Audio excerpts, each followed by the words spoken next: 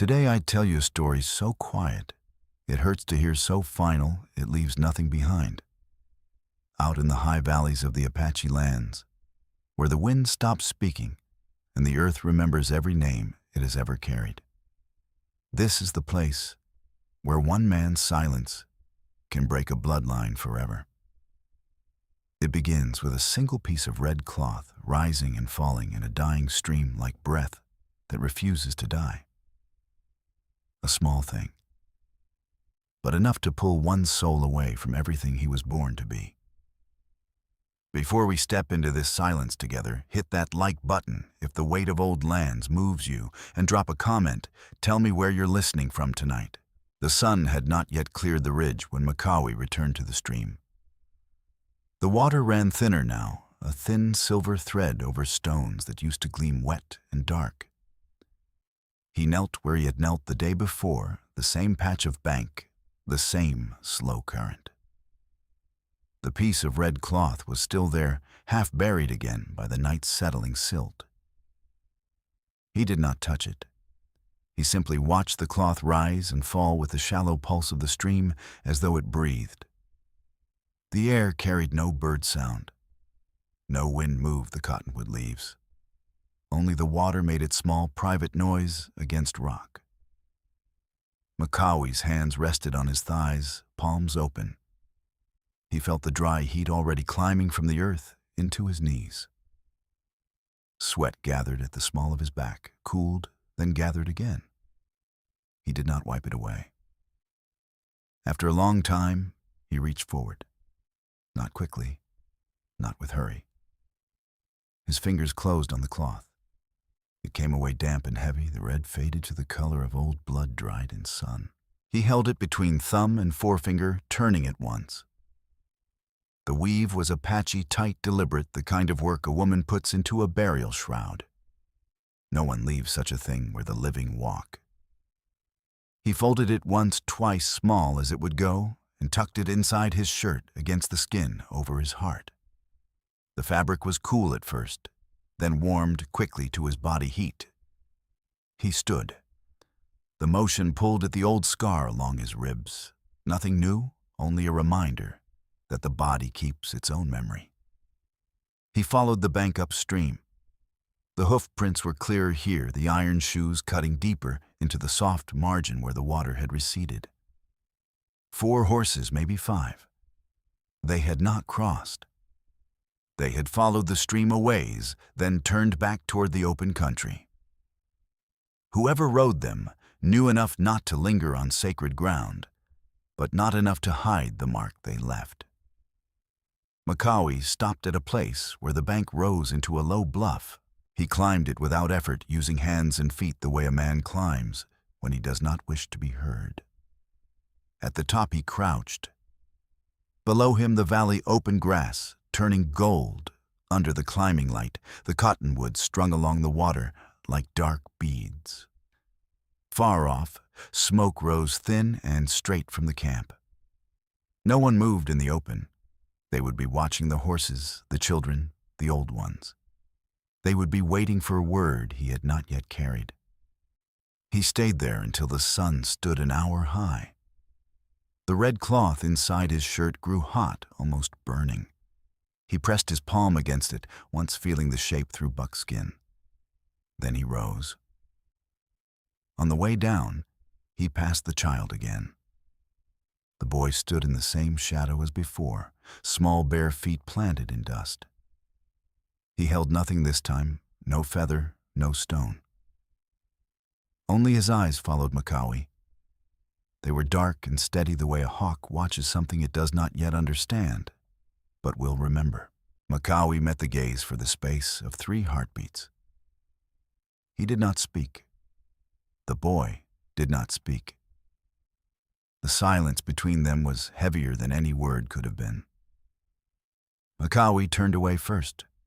He walked toward the camp with the red cloth, a small weight against his chest. Behind him, the stream kept its quiet course, carrying silt and memory downstream. The child remained where he stood, watching the man's back grow smaller until the grass swallowed him. The smoke from the camp thickened.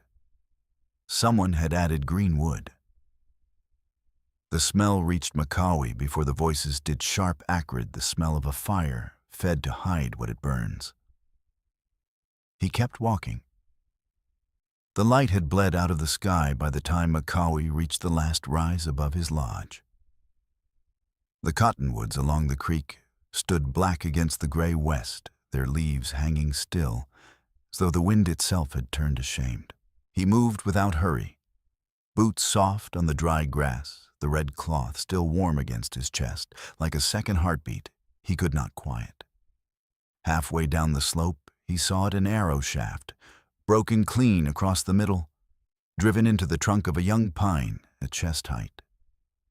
The fletching was Apache 3-hawk feathers trimmed the same bound with sinew, dyed black for mourning. The break was deliberate, not snapped by accident, but bent and cracked in the old way, the way a man declares another no longer walks the same earth. Makawi stopped. The arrow quivered once in the fading air, then held still. He did not touch it. He stood there long enough for the chill to settle into his shoulders, for the sweat under his arms to turn cold. His right hand closed slowly into a fist until the knuckles showed white against the dark skin. The fear was not loud. It lived low in the gut, the kind that makes a man breathe shallow, so the world will not hear him breaking. A few paces farther, the iron-shod prints appeared again. 4 horses, maybe 5, circling the lodge in a wide, patient loop. They had come close enough to smell the smoke from his last fire, then backed off. The ground held their scent, sweat and leather, and the faint iron bite of shoe metal. Near the lodge door, a flat stone lay overturned. Beneath it, a long strand of woman's hair, black and braided with a single thread of red wool, the same red as the burial cloth. The braid had been cut, not pulled free. Someone had left it there like a warning, written in silence. Makawi looked at the hair a long time. His fingers twitched once, then stilled. To take it would mean claiming what had been severed. To leave it would mean letting the cut stand. Either way, the line was drawn deeper. He felt the lodge behind him, small and open, no longer a place to close his eyes. Sleep there tonight, and the circle of hoofprints would tighten while he dreamed. He turned away. The strand of hair stayed under the stone. He walked the last steps to the lodge, pushed the hide flap aside, and stepped into the dimness. Inside, the air was thick with the smell of old smoke and tanned deer hide. A single coal glowed in the fire pit, throwing faint red along the walls. In the far corner, half hidden by the shadow of the center pole, the boy stood. Small, barefoot, no more than 8 winters. His arms hung straight at his sides.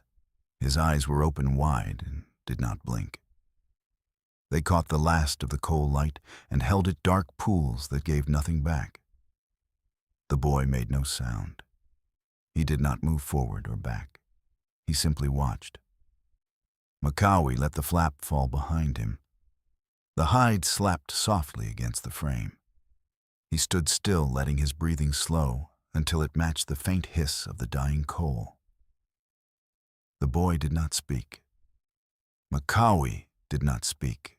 Outside the first night, wind moved through the cottonwoods, carrying the faint, far-off smell of green wood, burning someone feeding a fire to keep the dark at bay.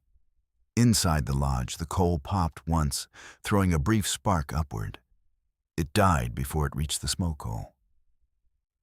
The boy kept watching. Makawi turned his back to the child, knelt and fed the last small stick to the fire. The flame took it slowly, reluctant. He sat there on his heels, staring into the new light, the red cloth heavy against his ribs.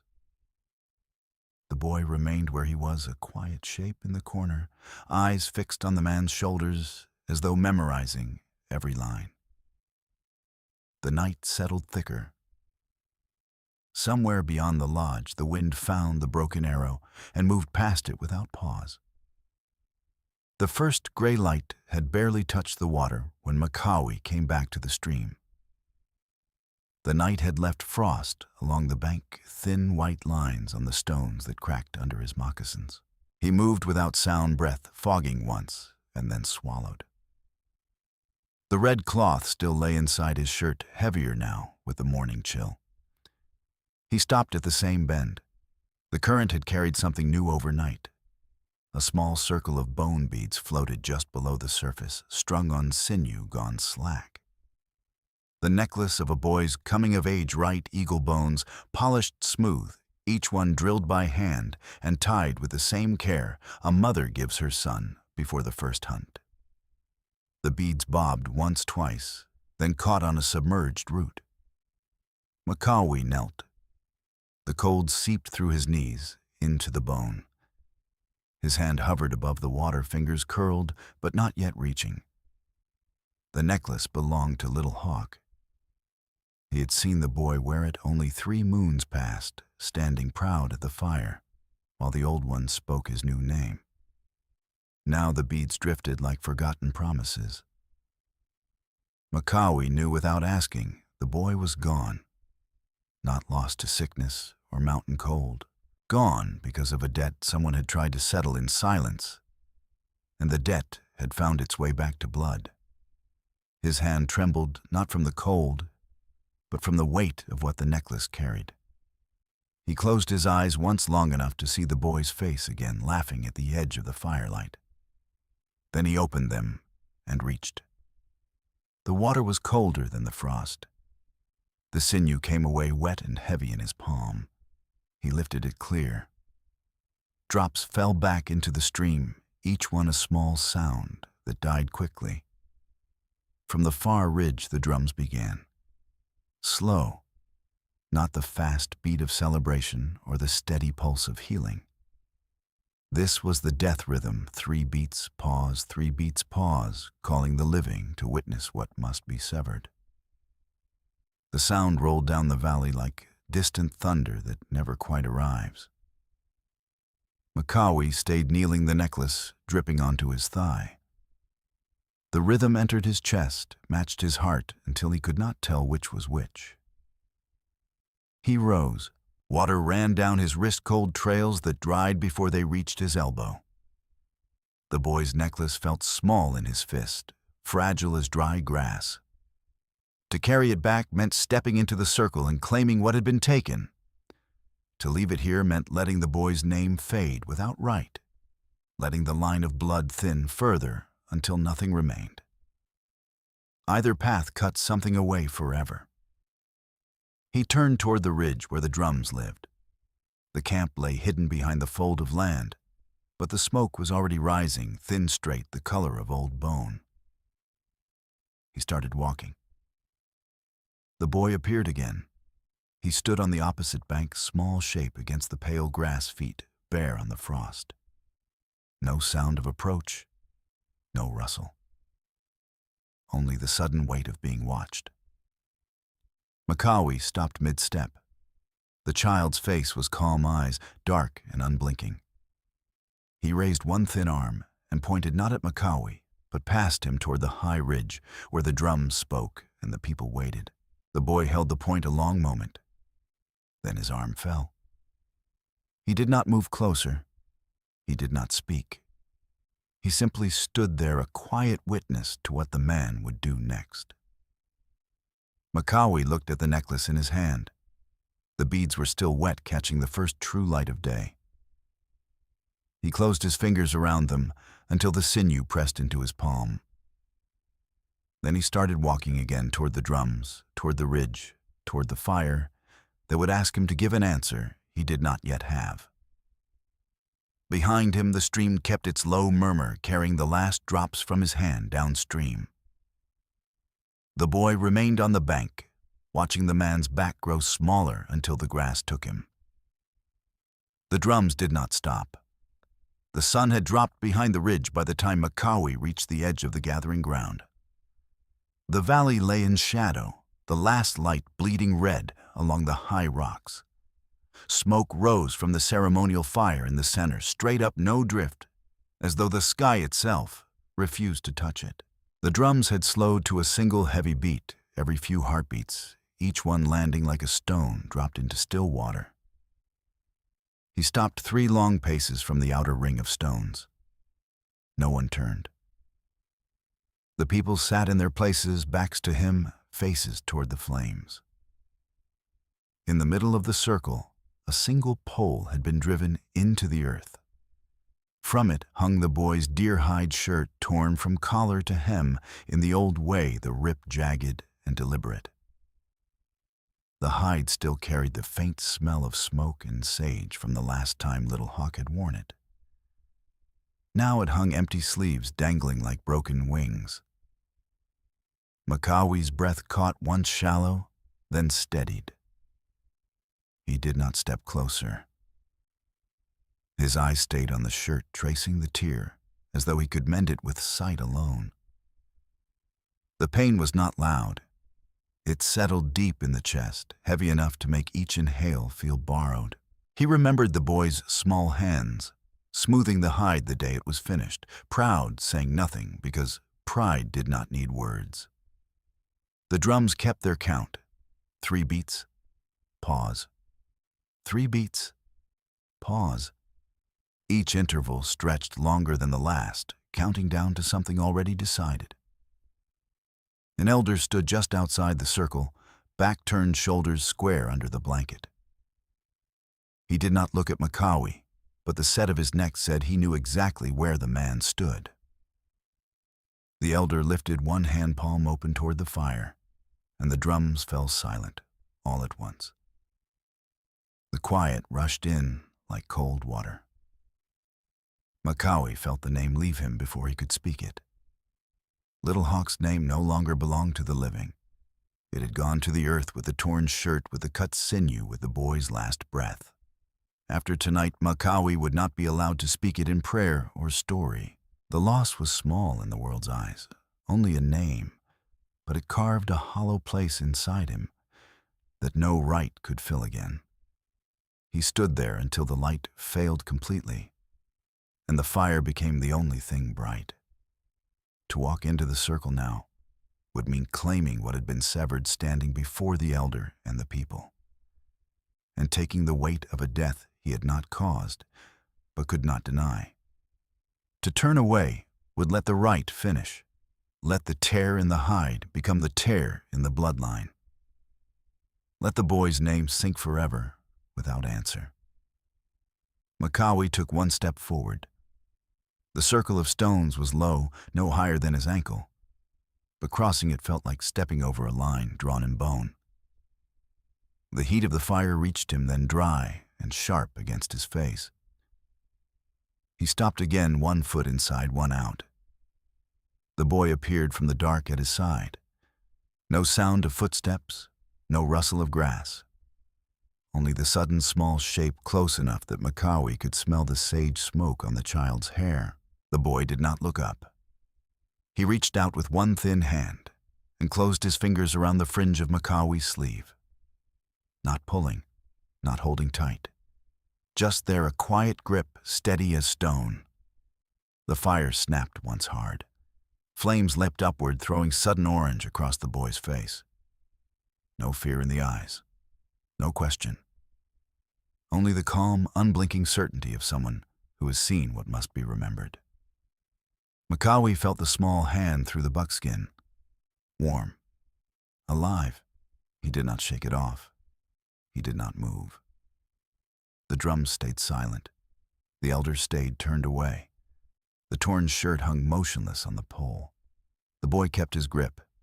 The big stream lay open under midday sun, its bed wider than Makawi remembered.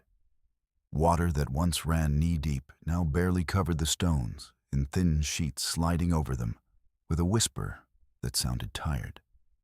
He walked the bank alone, boots sinking into cracked mud that gave off the faint sour smell of drying algae. The cottonwoods along the far side drooped leaves dull and curled at the edges. He stopped where the current had always been strongest. The flow was half what it should be, maybe less. Across the stream, the opposite bank showed fresh scars, deep cuts from iron blades, straight lines of turned earth leading away toward the open flats. Hoof prints followed them, iron-shod heavy, the same prints that had circled his lodge. They had come in daylight, dug without hurry, turned the water aside into a new cut that would carry it half a day's walk from Apache ground. The channel was already wet dark with seepage. Makawi knelt. The mud sucked at his knees. He dipped one hand into what remained. The water was lukewarm, sluggish, carrying fine silt that coated his fingers like dust. He felt the life slipping out of it, slow, steady, the way breath leaves a wounded man who has stopped fighting. His palm stayed under the surface until the cold numbed the skin. He did not cry out. His breathing simply grew heavier, each draw pulling stone into his chest. No birds called here anymore. The silence pressed against his ears, thick as smoke. A doe stepped from the willows downstream, head low, ears flicking. She drank once shallow, then lifted her head and looked straight at him. Her eyes held no fear, only recognition of a place that had turned unsafe. She turned without drinking again and trotted back into the brush tail, flashing white. The sound of her hooves faded quickly. Makawi stayed kneeling until the sun shifted and shadow fell across his back. If he remained tied to this water, the hunt would take him farther each day past safe ground into places where a lone man could vanish without trace. The people would not share meat with him. They could not afford to. The loss was small, one man's share, but it would grow. Hunger has its own memory.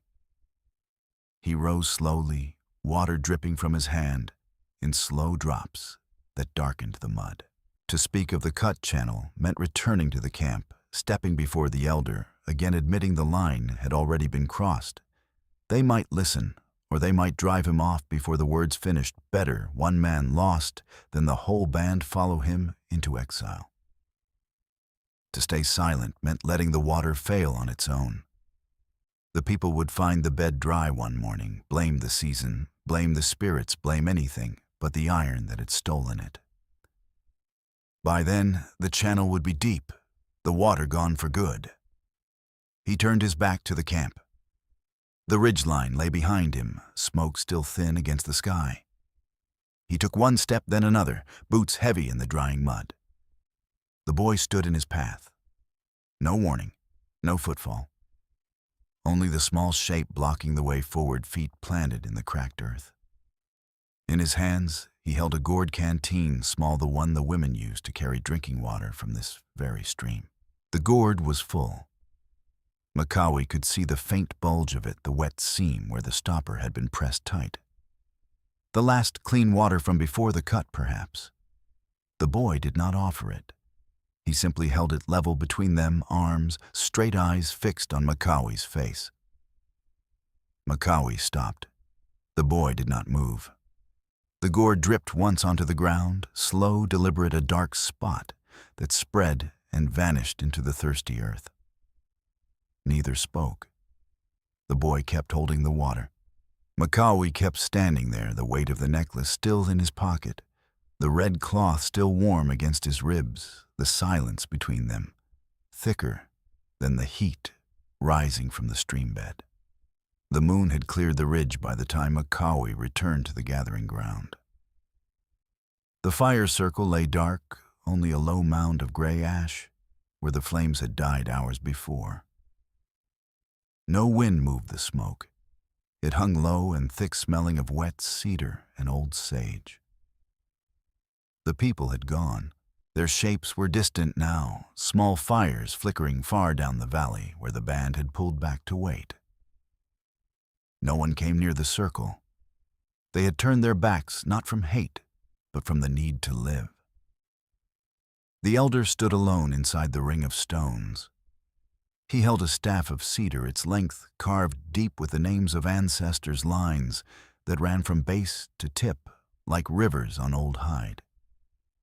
Before him, a small hole had been dug in the earth no wider than 2 hands, the dirt piled neat beside it. The hole waited. Makawi crossed the outer stones without pause. The step felt heavier than the last time, as though the ground itself pressed upward against his soles. He walked to the center and knelt before the hole. His knees met the cold dirt. He looked up at the elder straight, no lowering of eyes, no plea in the set of his mouth. The elder met the gaze for the space of one long breath, then looked away toward the ash. The wind came then thin and high, whistling through the upright poles that marked the circle. It carried the faint voices of the ancestors, not words, only the shape of them, like breath against bone. Makawi felt the sound in his ribs. The people had already decided one man could not pull the whole band into the fire. They would live. He would not be buried here when his time came. His name would be spoken no more in their stories. The loss settled in him quiet and final. No ceremony left to soften it. The elder lifted the staff. He touched the carved lines once tracing the name that had been Makawi's. Then he lowered the tip toward the hole. Makawi reached forward. His hand entered the small pit fingers closing on the loose earth. The dirt was cool damp at the bottom where night had seeped in. He felt the faint scratch of something harder, a sliver of wood perhaps, or bone marked with the shape of his own name. He lifted it out. A small handful of ash and soil clung to his palm, the name etched shallow but clear. He held it a moment. The elder watched without moving. The wind kept its thin song through the poles. Kawi opened his fingers. The handful rose on the updraft ash and dirt, and the scratched name scattering upward in a pale cloud that caught the moonlight and drifted. Some fell back into the hole. Some blew sideways across the stones. None returned to his hand. The elder lowered the staff. He turned away without a word, walking toward the distant fires. His blanket dragged once across the dirt, then lifted clear. Makawi remained kneeling. The hole stayed open beside him, half filled now with wind-blown dust. The boy stood at the edge of the circle. He had come from the dark the way he always did, silent, sudden. No closer than the outer stones. His small hands hung empty at his sides. He did not step forward. He only watched the handful thrown the elder walking away, the man still on his knees. His eyes took in every line of it, the scatter of ash, the open hole, the empty space, where a name had been. Makawi felt the gaze like weight on his shoulders. He rose slowly. The boy did not move to meet him, did not reach out. He simply stood there, a small shape against the night, remembering what had been done. Makawi turned his back on the circle. He walked past the boy without looking down. The wind followed him, carrying the last faint scent of ash and cedar. Behind him, the hole remained open, the staff leaning against a stone, the distant fires burning smaller with every step. The boy stayed where he was, eyes fixed on the place where Makawi had knelt. The night closed around him, quiet and complete. Dawn came cold and thin across the ridge. Makawi stood alone on the hilltop, the wind cutting low through the grass, carrying the faint dry scent of sage and distant pine. Below him, the valley opened wide, empty. Now the campfires reduced to one small ember, far down the draw, the people already moving on. The old stone circle lay at his feet, flat slabs of gray rock arranged in a loose ring, worn smooth by generations, who had sat here to speak the names of the dead and pass the oaths forward. One stone near the center had been overturned. The underside showed fresh knife scars, deep, hurried cuts where his ancestor's name had been scraped away. The grooves were still pale, the stone dust not yet settled. He knelt. The ground was hard under his knees, cold, working up through the buckskin. He placed one palm flat on the overturned stone. The cuts felt rough against his skin like fresh wounds that had not bled yet. He traced one line with a fingertip, feeling the absence where the name had been. The wind rose again, moving through the stones with a low moan. Not human voices, only the earth remembering the words that had once bound them. The sound entered his chest and stayed there. From the far valley, the last thread of smoke lifted straight, then bent and vanished. The people were gone. They had taken their fires, their stories, their right to speak his line. He felt the loss settle not as anger, not as grief that demanded sound, but as a quiet emptying. From this day, his own name would carry no echo in their circles. When he spoke it, the ancestors would not answer back. The weight of that silence pressed heavier than any blade.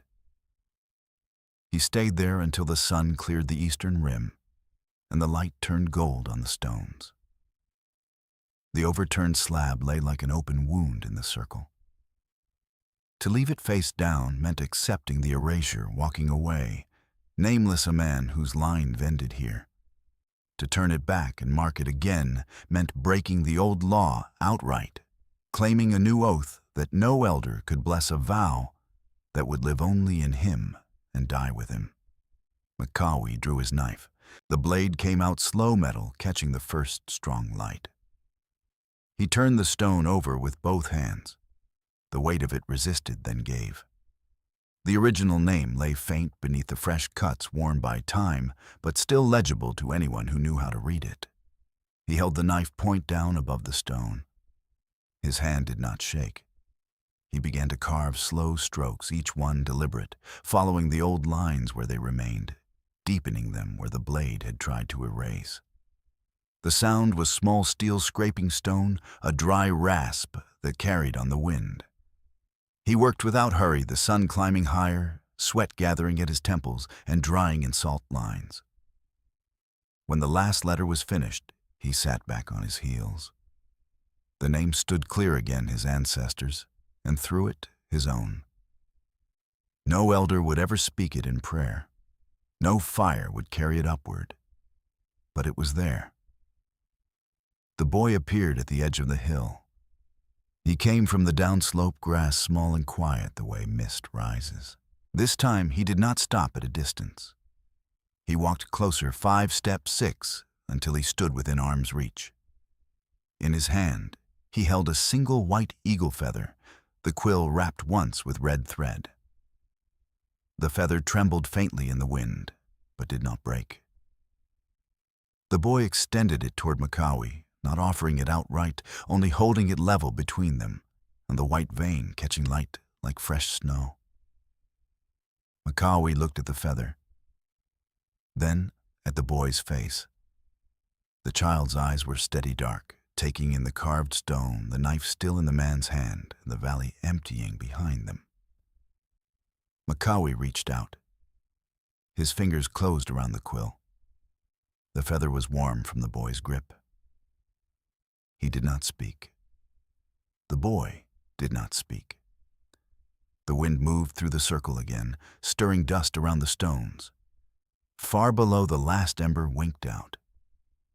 The boy turned without another gesture and started down the hill toward the path the people had taken. Makawi remained kneeling, the feather in his fist, the carved name at his feet. The sun climbed higher. The valley lay silent beneath him. The sun had climbed halfway before Makawi started down from the hill. The carved stone weighed heavy in the fold of his blanket edges, pressing through the wool against his hip with every step.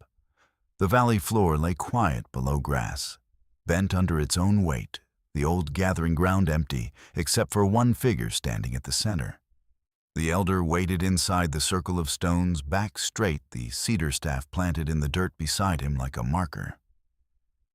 A new pit had been dug near the ashes of the old fire shallow, wide enough for a stone to burn.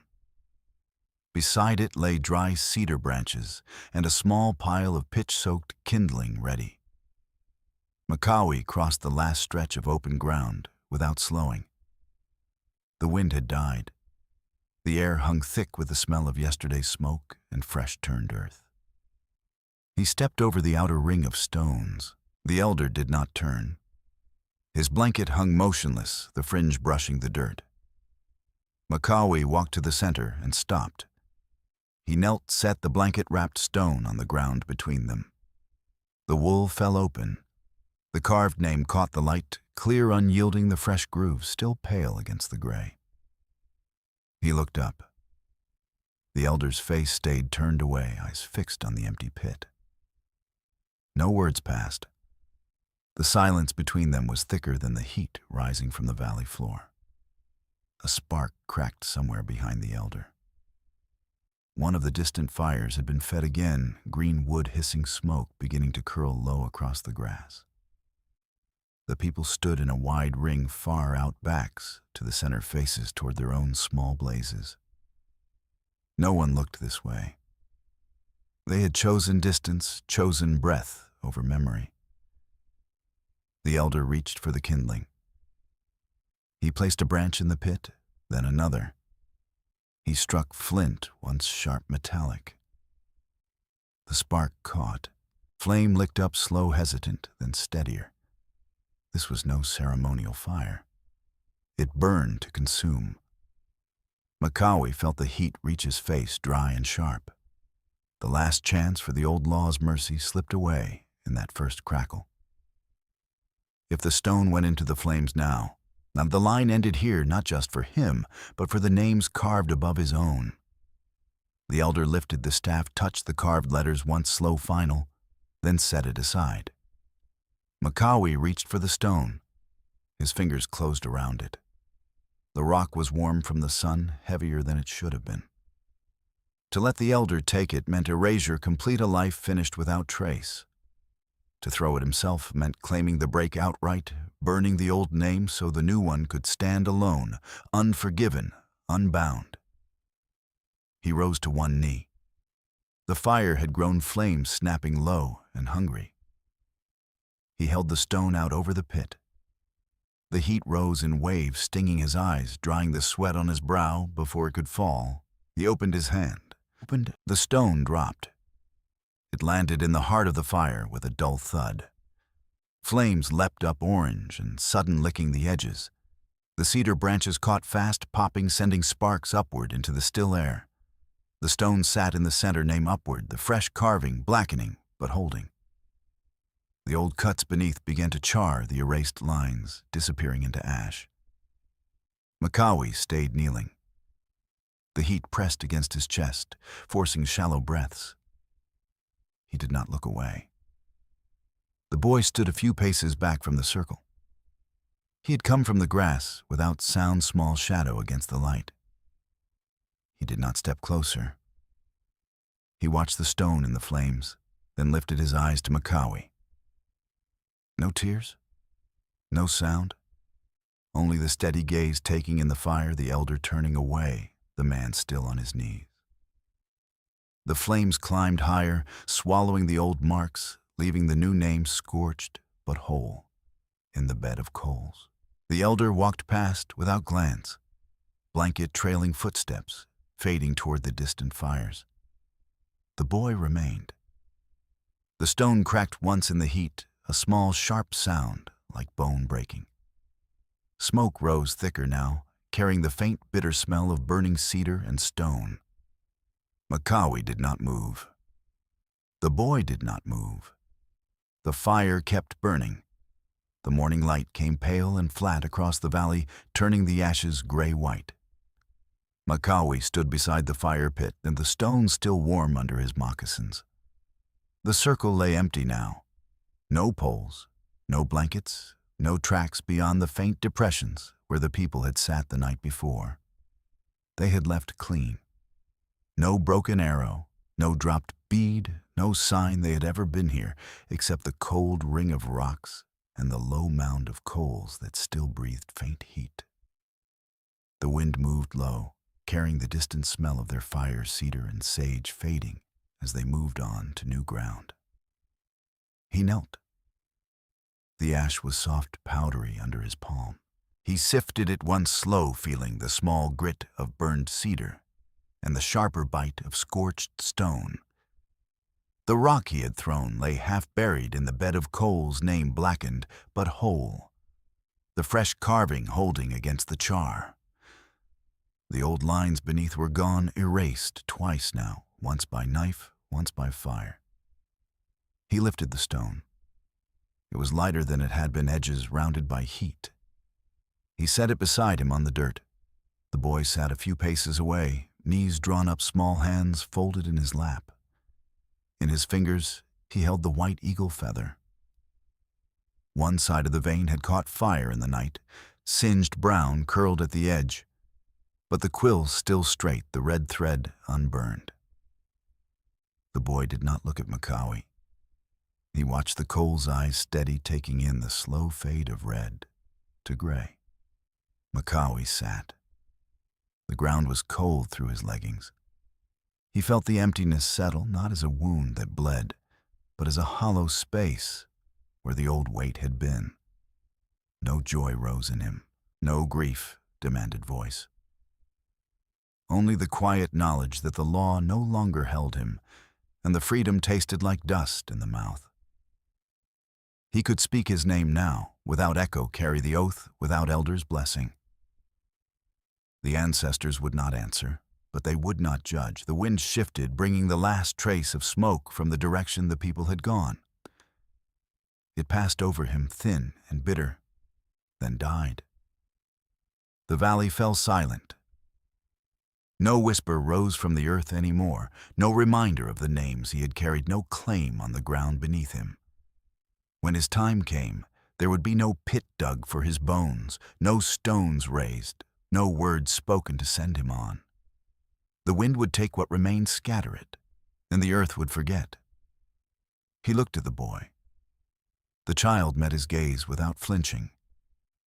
After a long moment, the boy rose. He stepped forward 3 small paces and held out the feather.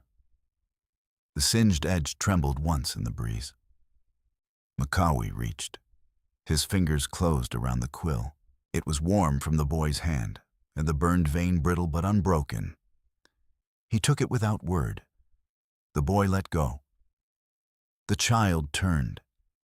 He walked toward the far end of the valley, following the faint trail the people had left, small footsteps in the dust, disappearing into the grass. He did not look back. Macawi remained seated. The feather rested in his palm, white against the black of his skin. He watched the boy grow smaller until the distance swallowed him. Then he rose. The stone lay at his feet, name scorched but clear. He left it there. He turned the opposite way, away from the trail, away from the smoke, into the open land where no fire burned. The wind followed at his back, low and steady, carrying nothing now but the smell of dry grass and coming heat. The valley stretched empty behind him. The stones of the circle stood cold and silent. No sound answered his footsteps. No name rose to meet them. The hill stood alone at the valley's far edge, higher than the rest, its crest bare rock, under a sky gone pale with afternoon. Macawi reached the top in the last hour of light. The wind came hard here, steady from the west, kicking dust across the stones and tugging at the fringes of his blanket. Below him, the valley lay open and empty, no smoke, no shadow of lodge or horse, no trace the people had ever crossed it. The old gathering ground was a faint circle of darker earth already filling with blown sand. The fire pit had gone cold long ago. Not even ash remained to mark it. He stood at the rim boots, planted wide against the gusts. In his right hand, he held the eagle feather, the white vein singed brown. Along one side, the quill still straight, the red thread darkened by smoke, but unbroken. The feather trembled in the wind, pulling against his fingers like something alive that wanted to leave. No drum sounded now. No distant fires flickered. The land had gone quiet, the kind of quiet that follows when a thing is finished and there is nothing left to say. The earth did not whisper his name anymore, did not call back the words he had once carried. It had released him. It asked nothing more. When his breath stopped, no hands would dig for his bones, no stones would rise above them. The wind would take what was left and scatter it thin across the grass. That was all. He lifted the feather higher. The burned edge caught the last slant of sun, glowing faint orange for a moment, before fading back to scorched white. He could keep it folded into his pouch, carry it against his chest with the red cloth and the weight of the oath no one else would ever hear. Or he could open his hand and let the wind have it, let the memory fly free, unburdened, unclaimed by any hand after his. The wind pressed harder, whipping grit against his face, stinging his eyes. He closed them once long enough to feel the pull in his fingers, the small resistance of the quill. Then he opened them. He spread his hand. The feather lifted at once, caught the current, spun once in the air. It rose higher than he expected, higher than the hill, higher than the ridge beyond, singed but steady white against the deepening sky. It did not fall. It kept climbing until it was only a pale speck, then nothing. Makawi did not watch it go. He turned his back to the valley. The wind followed at his shoulders, pushing dust along the ground in small, restless spirals. He stepped down the far slope, boots scraping rock each footfall, the only sound left in the wide silence. No name rose to meet them. No echo answered. Only the steady tread of one man, walking into open land, carrying what remained inside him, leaving the rest to the wind. The hill stood empty behind him. The valley stayed quiet. The sky darkened slow and even, and the earth held its breath. Finally, let me send my deep thanks to you. Thank you for listening. If this story has touched your heart, I invite you to stay with us to discover more true tales of the Wild West. Stories that honor resilience, tenderness, and the spirit that God placed in those who blaze the trail. Subscribe, share. Leave your thoughts in the comments and join us once again to journey across this untamed land. Thank you. Aviso legal/disclaimer. These stories are crafted purely for entertainment and may contain imaginative additions or dramatic interpretations inspired by old frontier eras. We use AI-based resources, voice imagery, and drafting as part of our creative process. But every final detail is carefully reviewed and shaped by human effort to preserve emotional depth and authenticity. We strictly follow YouTube's rules regarding AI-generated content and refrain from deepfakes, altered identities, or misleading representations. All images, sounds, and related materials are lawfully obtained. Please do not reuse, modify, or distribute any portion of this content without written permission. Thank you for valuing creativity, respect, and original work.